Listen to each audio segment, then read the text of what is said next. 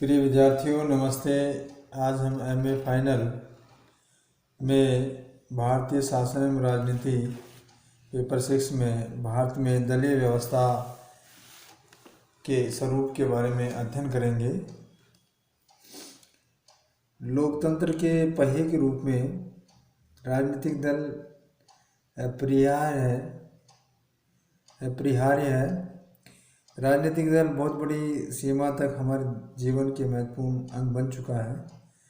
राजनीति शब्द का उच्चारण करते समय राजनीतिक दलों की ध्वनि झंकृत होती है, सामने आती है। लोकतंत्र चाहे वह कोई भी स्वरूप क्यों न हो, राजनीतिक दलों की अनुपस्थिति में उसकी कल्पना नहीं कर सकते हैं। इसलिए उन्हें लोकतंत्र का प्राण कह सकते हैं। यदि राजनीतिक दलों को शासन का चतुर्थ अंग, fourth organ of the government कहा जाए तो इसमें कोई किसी प्रकार की अतिशयोक्ति नहीं होगी। इसके संबंध में प्रोफेसर मुनरो कहते हैं कि लोकतंत्रात्मक शासन दलीय प्रणाली का ही दूसरा नाम है। विश्व के इतिहास में कभी भी ऐसी स्वतंत्र सरकार नहीं रही है जिनमें राजनीतिक दलों का अस्तित्व नहीं हो। होमर के शब्दों में प्रजातंत्रात्मक यंत्र के चालान में राजनीतिक दल तेल के तुल्य हैं। आज भी प्रतिनिधियात्मक सरकारों का सार यही रहा है कि सरकार और संसद दोनों दलों पर प्रतिबंध रहता है। विधानमंडल या कार्यपालिका या सरकार और संसद केवल संवैधानिक आवरण है। यथार्थ शक्ति का उपयोग राजनीतिक दल ही करते हैं। दल प्रणाली के बिना लोकतंत्रात्मक शासन प्रणाली कार्य ही नहीं कर सकती। शासन चाहे संसदीय रूप में या अध्यक्षात्मक प्रणाली के अभाव में उनके क्रियात्मक असंभव है। किसी भी शासन में हजारों लोग राज्य की समस्याओं पर सोचते हैं, किंतु जब तक उनके विचार और दृष्टिकोण दलीय आवरण या व्यवस्थित क्रमबद्ध नहीं किए जा सकते हैं, जब तक शासन निष्क्रिय बना रहेगा। अतः राजनीतिक दल राजनीतिक प्रक्रिया को जोड़ने और सरल करने और स्थिर बनाए रखने का कार्य करते हैं।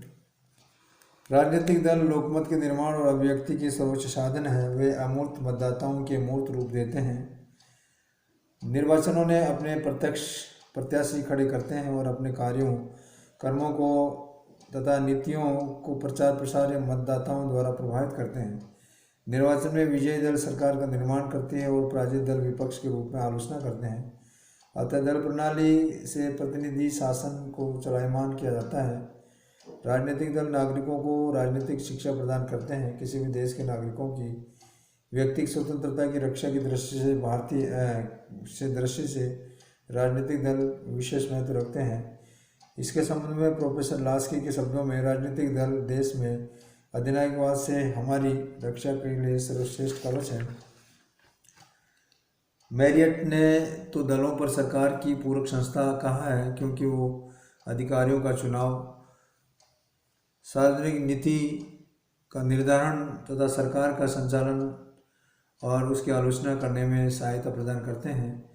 इसके संबंध में मैकाइवर कहते हैं कि राजनीतिक दलों के अभाव में न तो राजनीतिक दलों को संगठित अभिव्यक्ति हो सकती है और न ही नीतियों का उचित विकास और न ही नियंत्रण के रूप में संसदीय चुनाव में व्यक्तिगत उपायों या मान्य संस्थाओं सहारा के लिए जा सकता है, जिसके द्वारा राजनीति की अपनी शक्ति बनाए रखने और उसे प्राप्त करने का प्रयत्न करते हैं। अब हम राजनीतिक दलों का अर्थ और परिभाषा के बारे में जानकारी प्राप्त करेंगे। राजनीतिक दलों से हमारा अभिप्राय ऐसे व्यक्ति समूह से है जो कुछ समस्याओं के रूप में उनके समाधान संबंधी एक मत और उनके सामान्य उद्देश्य की प्राप्ति के लिए मिलजुल कर वैध ढंग से काम करने का निश्चय कर लिया है। विभिन्न राजनीतिक दलों के राजनीतिक विचारकों के दल में अलग अलग परिभाषा दी गई है। उसमें हम बात करें न्यूमैन के अनुसार, तो न्यूमैन में राजनीतिक दल एक स्वतंत्र समाज में नागरिकों के उन व्यवस्थित समुदाय को कहते हैं जो शासन तंत्र को नियंत्रित करना चाहता है और उनके जनसहमति में भाग लेकर के अपने कुछ सदस्यों को सरकारी पदों पर भेजने का प्रयास करता है। इसी के संबंध में अगर हम गिलक्राइस्ट की परिभाषा को लें तो उन्होंने ये बताया कि राजनीतिक दल नागरिकों के उस संगठित समुदाय को कहते हैं जिसके सदस्य समान राजनीतिक विचार रखते हैं और वे एक राजनीतिक इकाई के रूप में कार्य करते हुए शासन को अपने हाथ में रखने की चेष्टा करते हैं। इसी प्रकार से अगर हम राजनीतिक दलों की विशेषता और तत्व की बात करें तो उपरोक्त जो परिभाषा दी गई हैं उनमें ये कह सकते हैं, ये लक्षण प्रकट होते हैं कि लंबी अवधि के लिए संगठन कतिपय कुछ सिद्धांत नीतियों के बारे में सहमति, या यूँ कहें कि अपने उद्देश्य प्राप्ति के लिए शांतिपूर्ण संवैधानिक साधनों का प्रयोग, और लास्ट में कह सकते हैं कि राष्ट्र हित की दृष्टि से अपनी नीतियों की कार्य रूप देने की लालसा। संक्षेप में हम ये भी कह सकते हैं कि राजनीतिक दल के निर्माण के लिए निम्नलिखित तत्वों का होना जरूरी है। जो तत्व कौन कौन से हैं उनकी हम आगे चर्चा करेंगे। इन तत्वों में, राजनीतिक दलों में इन तत्वों का होना आवश्यक है, जिसमें पहला है संगठन। संगठन दल को मजबूत एवं स्थायी बनाए रखने के लिए उसमें संगठन होना आवश्यक है, अत्यंत आवश्यक है, क्योंकि संगठन से तात्पर्य हम दल ने अपने लिखित अलिखित नियम, उपनियम, कार्यालय, पदाधिकारी आदि होने चाहिए। वे दल के सदस्यों को अनुशासित रखते हैं। संगठन के अभाव में दलीय अनुदायी या भिखारी या भीख मात्र ही होंगे। इसके साथ साथ ही मूल सिद्धांतों की एकता में दल व्यक्तियों को एक ऐसी समूह होता है जिसमें सदस्य सार्वजनिक प्रश्नों पर से ही विचार रखते हैं। इन प्रश्नों में बारीकियों पर उनमें मतभेद हो सकता है, लेकिन वे मौलिक सिद्धांतों का एकमत होने से सिद्धांतों की एकता ही दल की ठोस आधार प्रदान करते हैं। अगला है संवैधानिक उपायों का प्रयोग। राजनीतिक दलों को अपने लक्ष्य यानी कि सत्ता की प्राप्ति या प्राप्ति के लिए सदा संवैधानिक उपायों का सहारा लेना चाहिए। जो असंवैधानिक उपायों का अनुसरण करते हैं तथा हिंसात्मक साधनों को अपनाते हैं उन्हें राजनीतिक दल नहीं कहा जा सकता है। अगला जो तत्व है वो है राष्ट्रहित की वृद्धि।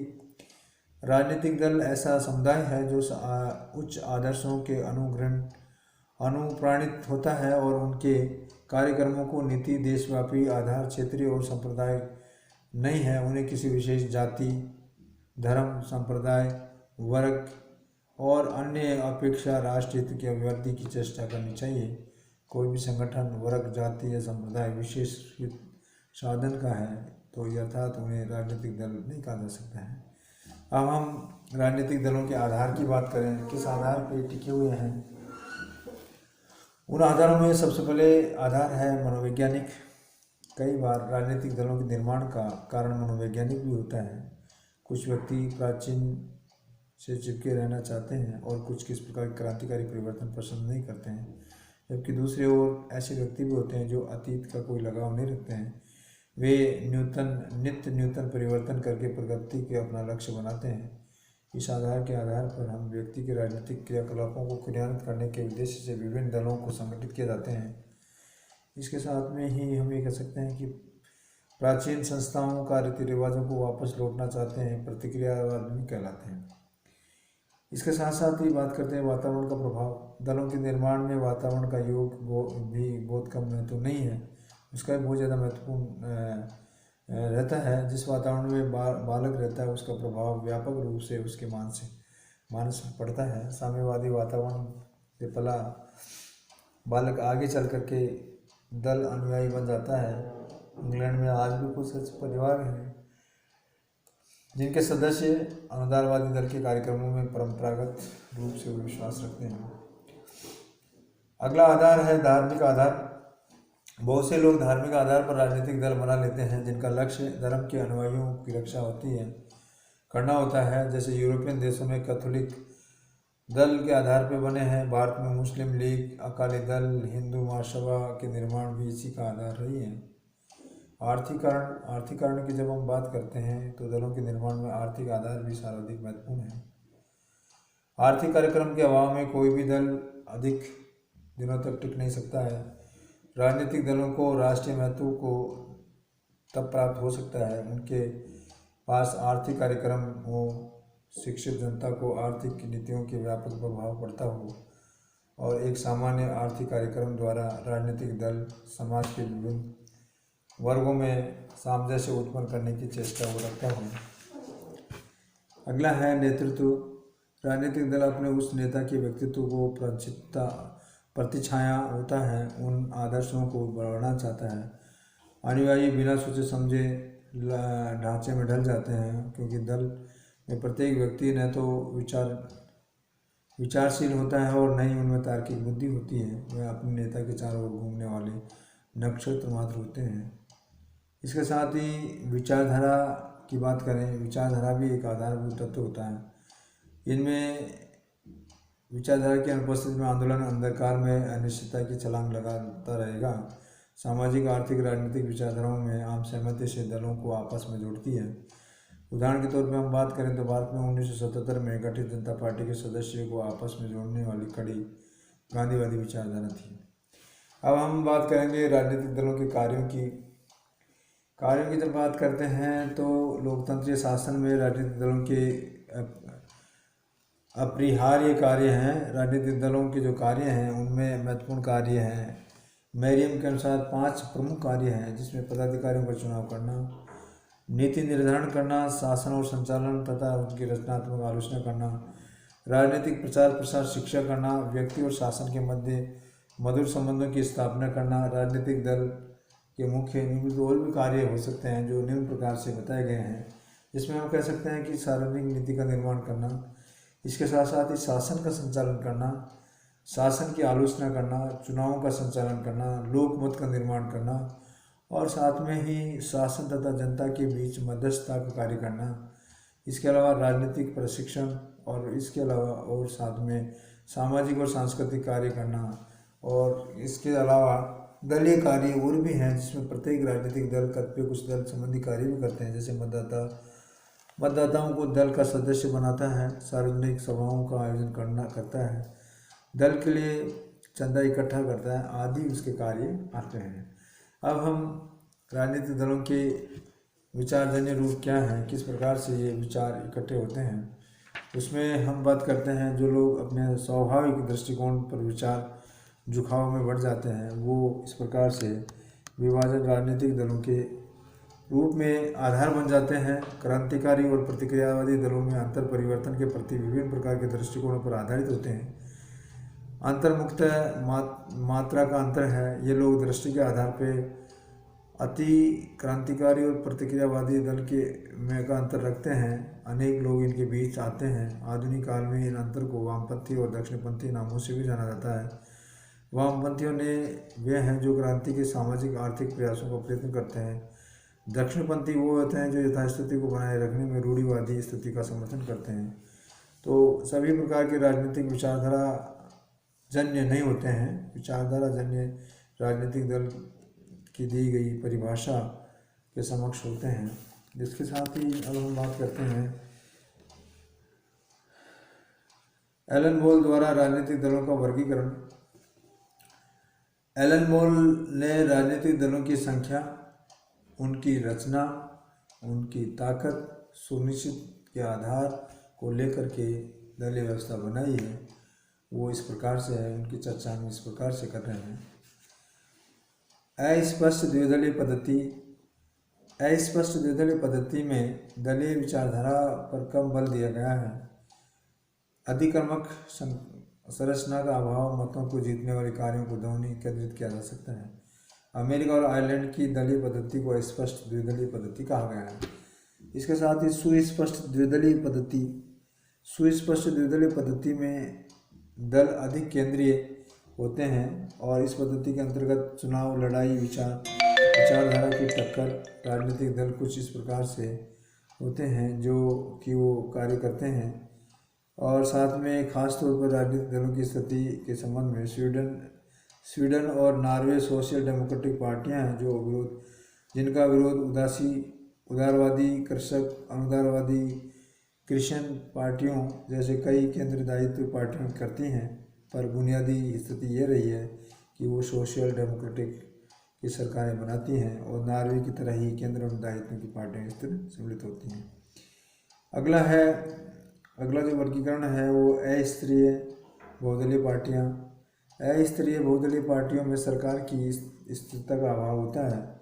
ऐसी पद्धतियों वाले राज्यों में सरकारें अधिकतर केंद्र की पार्टियों के साथ समझौते साझेदारी बनती हैं जिनका विरोध दक्षिण और वाम दोनों पार्टियां करती हैं। इस प्रकार से दल पद्धति का सर्वोत्तम उदाहरण इटली में मिलता है। इटली की संसद में कम से कम 8 पार्टियों का प्रतिनिधित्व रहता है और विदेशी और द्वितीय विश्व युद्ध के बाद आज भी कोई पार्टियां बहुमत में नहीं आई हैं। इस तरह दलीय पद्धति वाले राज्यों में सरकारों का पतन जल्दी जल्दी होता रहता है, लेकिन एक बार ही पतन के बाद अधिक थोड़े समय से दूसरा सरकार बन जाती है।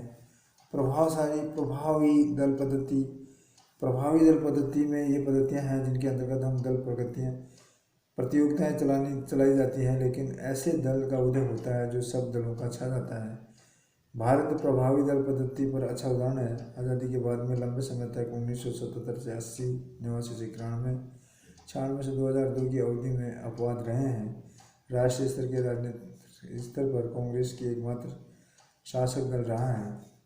एक दलीय पद्धतियों की सही परिभाषा करना दुष्कर है। इस श्रेणी में मिस्र को लेकर के तंजानिया तक रख सकते हैं। शेख मुजीब के समय बांग्लादेश का वर्तमान म्यांमार की एक दलीय पद्धति में प्रवक रख सकते हैं। इन पद्धति के चुनाव में प्रतियोगिता का पूर्णतः अभाव नहीं होता है। दल में ही गुट चुनावी और खींचातानी कुछ छूट रखते हैं। इसके साथ ही सर्वाधिकारवादी दल पद्धति।